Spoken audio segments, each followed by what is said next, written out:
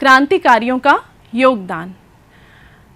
प्रथम विश्व युद्ध के दौरान क्रांतिकारी आंदोलनकारियों को ब्रिटिश सरकार ने बुरी तरह से कुचल दिया था। कुछ नेता जेल भेज दिए गए थे और कुछ नेता इधर उधर बिखर गए थे। लेकिन 1920 में ब्रिटिश सरकार ने इन क्रांतिकारियों को रिहा कर दिया। इसी दौरान कांग्रेस ने असहयोग आंदोलन का आरंभ किया और समस्त क्रांतिकारी इस आंदोलन में जुड़ गए। बच्चों, पूरे जोश के साथ सभी ने असहयोग आंदोलन में भाग लिया। लेकिन अचानक चौरी चौरा कांड के बाद गांधी जी ने असहयोग आंदोलन को स्थगित कर दिया, जिस कारण क्रांतिकारियों ने पुनः अपना क्रांतिकारी संगठन बनाना प्रारंभ कर दिया। आप चित्र देख रहे हैं बच्चों, यह चित्र राम प्रसाद बिस्मिल का है और कुछ प्रमुख नेता थे जैसे सचिंद्र नाथ सान्याल, राम प्रसाद बिस्मिल और योगेश चंद्र चैटर्जी, जिन्होंने क्रांतिकारियों को दोबारा से संगठित करना शुरू कर दिया। काकोरी कांड। अक्टूबर 1924 में क्रांतिकारी युवकों ने कानपुर में एक सम्मेलन आयोजित किया और 1925 से पहले हिंदुस्तान रिपब्लिकन एसोसिएशन का गठन कर लिया, जिसका मुख्य उद्देश्य था बच्चों अंग्रेजी सत्ता को जड़ से उखाड़ फेंकना और भारत को स्वतंत्र कराने का इसमें संकल्प लिया गया था। यह क्रांतिकारी अपने उद्देश्य को प्राप्त करना चाहते थे और संघर्ष के लिए भी तैयार थे, लेकिन इनके पास धन का अभाव था।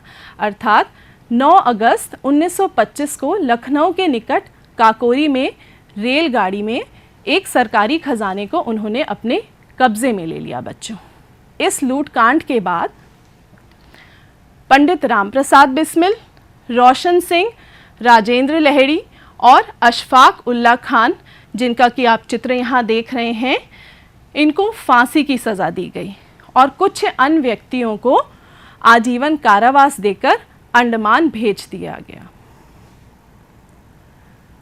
काकोरी कांड के बाद बच्चों हम लाहौर कांड के बारे में जानते हैं। भगत सिंह और राजगुरु ने दिसंबर 1928 में एक अंग्रेज उच्च अधिकारी सैंडर्स की हत्या कर दी। बच्चों, 1928 में साइमन कमीशन भारत आया, जिसका भारतीयों ने विरोध किया और कई जगह जुलूस और हड़तालें हुई, जिसमें लाला लाजपत राय ने भी भाग लिया।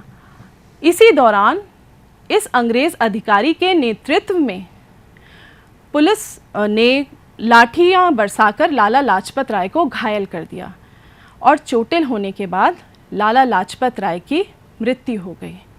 क्रांतिकारी इससे बहुत आहत हुए और उन्होंने अंग्रेज उच्च अधिकारी सैंडर्स की हत्या कर दी। 8 अप्रैल 1929 में सरकारी नीतियों के विरोध में भगत सिंह और बटुकेश्वर दत्त ने दिल्ली की केंद्रीय विधानसभा में बम फेंका। उस बम से कोई नुकसान नहीं हुआ। भगत सिंह और उनके साथी वहां से नहीं भागे। पुलिस ने उनको गिरफ्तार कर लिया और उन पर अंग्रेज अधिकारी सैंडर्स की हत्या का आरोप लगाते हुए मुकदमा शुरू कर दिया। 7 अक्टूबर 1930 को भगत सिंह, राजगुरु और सुखदेव, बच्चों जैसा कि आप चित्र देख रहे हैं, भगत सिंह, सुखदेव और राजगुरु का चित्र है, इन्हें फांसी की सज़ा सुनाई गई और लाहौर में 23 मार्च 1931 को फांसी दे दी गई। यह पूरा मुकदमा लाहौर कांड के नाम से प्रसिद्ध है। इन क्रांतिकारियों ने अपने देश के लिए अपनी जान की परवाह न करते हुए भी बच्चों अपनी कुर्बानी दी, वे शहीद हो गए। क्रांतिकारी आंदोलन का दमन। जैसे कि हम जानते हैं कि ब्रिटिश सरकार ने क्रांतिकारियों के लिए दमन की नीति अपनाई। सत्ता ने धीरे धीरे क्रांतिकारी आंदोलन को निर्बल कर दिया और 27 फरवरी 1931 को इलाहाबाद, जिसे हम प्रयागराज कहते हैं अब, वहाँ के एल्फ्रेड पार्क में मुठभेड़ में चंद्रशेखर आज़ाद शहीद हो गए। एल्फ्रेड पार्क को वर्तमान में शहीद चंद्रशेखर आज़ाद पार्क कहते हैं बच्चों। आज़ाद की मृत्यु के बाद पंजाब, उत्तर प्रदेश और बिहार में क्रांतिकारी आंदोलन लगभग समाप्त सा हो गया। साइमन कमीशन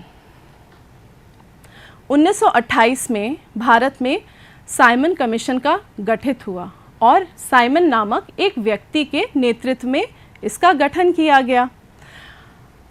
इस समिति में एक भी भारतीय को शामिल नहीं किया गया, जिससे राष्ट्रवादी संतुष्ट नहीं थे। उन्होंने ये कहा कि ब्रिटिश सरकार यह मानती है कि भारतीय अपने देश का शासन नहीं संभाल सकते हैं और साइमन कमीशन का विरोध हुआ। साइमन जहाँ जहाँ गए वहाँ पर साइमन वापस जाओ का नारा गूंजा। लोगों ने जुलूस और हड़तालें आयोजित की, जिसमें लाला लाजपत राय ने भी भाग लिया था और उनकी मृत्यु हो गई थी, क्योंकि जैसे कि हमने पहले भी जाना कि पुलिस के सिपाहियों ने लाठी के द्वारा उनको पीटा, जिससे वे चोटिल हो गए और उनकी मृत्यु हो गई। आप चित्र देख रहे हैं बच्चों, ये लाला लाजपत राय का चित्र है और यहाँ जो चित्र आप देख रहे हैं ये साइमन कमीशन की एक मीटिंग का चित्र है।